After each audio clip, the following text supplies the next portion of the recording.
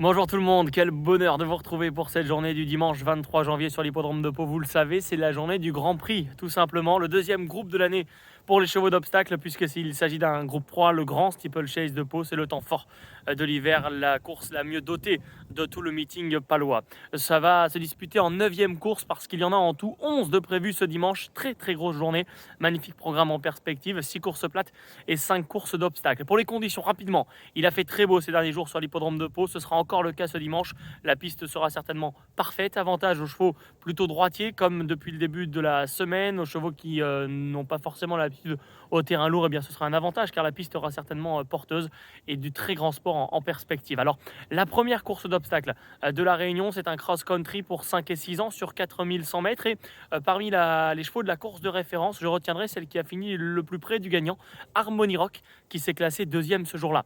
Les bruits d'avant-course étaient très bons quant à sa reconversion sur le cross-country puisqu'elle débutait ce jour-là dans la discipline et apparemment au travail elle s'y prenait très bien. Et bien elle a confirmé sur la piste en passant très bien les obstacles de terre et en terminant son parcours en avançant pour prendre la deuxième place. Je pense que cette sortie est annonciatrice d'une victoire proche, peut-être ce dimanche. Romain Julio pour l'entraînement, Daniel Amélé. Harmony Rock semble être faite pour cette nouvelle discipline. Ensuite, une autre course d'obstacles avec une épreuve réservée aux pouliches de 4 ans sur les haies, des pouliches qui ne doivent pas avoir couru 3 fois. Je vais vous en citer une qui a couru à 2 reprises, elle s'appelle Yamazeta pour l'entraînement de Jérôme Delaunay. Elle a débuté par une 2e place à Argentan avant de se classer 4e à Nantes. J'ai vu une pouliche sérieuse, bonne sauteuse, qui voulait bien faire, peut-être un peu trop même, elle avait tendance à faire un peu d'effort dans ses sauts, à vouloir un peu trop s'appliquer. Écoutez, cela fait 2 mois et demi qu'elle n'a pas couru.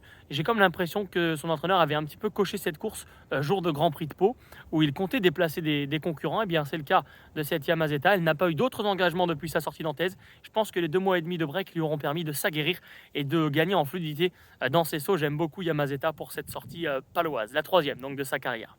Et puis enfin vient le Grand Prix, ce sera la 3e course d'obstacle de la journée, la 9e épreuve. Alors déjà un peu d'histoire, j'ai envie avec vous de citer Forcing qui a été exceptionnel dans le Grand Prix ces dernières années, mais également des chevaux d'Auteuil comme El Triunfo, comme Sleeping Jack, ou encore d'excellents compétiteurs comme Ruby Ball ou encore Orjack, j'aurais pu en citer plus, mais que ce fut bon, tous ces Grands Prix de Pau et celui de cette année s'annonce également ouvert, homogène, passionnant. Il n'y a pas véritablement un cheval qui se détache, je pense que le favori ne sera pas forcément une cote très basse. Moi, mon favori sera une jument, ma favorite, donc précisément Deo Gracias, la jument de Jean-Pierre Desraux, qui, pour ses 10 dernières sorties à Pau, est à 9 reprises montée sur le podium. Il n'y a eu qu'un seul échec.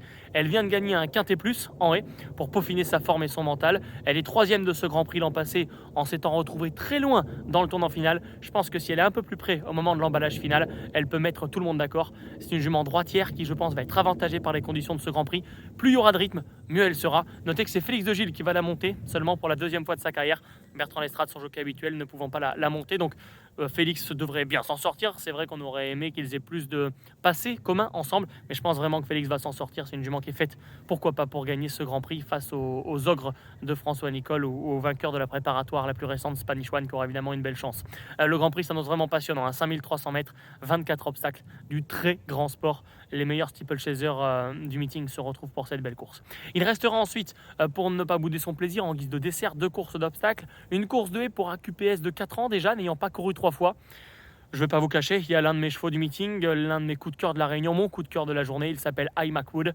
Il vient de se classer 4e pour ses débuts. Le petit bémol, c'est qu'il est immature, semble-t-il. C'est un cheval qui a besoin de progresser en mentalité, en maturité. Mais je crois qu'il a un très gros potentiel, en tout cas pour un lot comme celui-ci.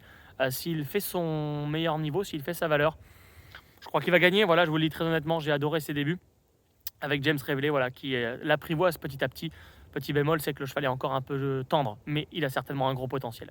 Et puis enfin, la dernière course d'obstacles, il s'agit d'un steeple réservé aux 5 ans. C'est un peu la bouteille à l'encre, il n'y a pas un cheval qui se détache. Mais ma présence à Pau il y a quelques jours m'a permis de discuter avec Camille Pelletier, qui m'a fait comprendre que pour Lulu au Togo, le numéro 1, c'était clairement son grand steeplechase. En quelque sorte, le cheval a que très rarement son terrain à Pau. Et oui, d'habitude, le terrain est lourd. Là, ce n'est pas le cas. Et ça va avantager Lulu au Togo.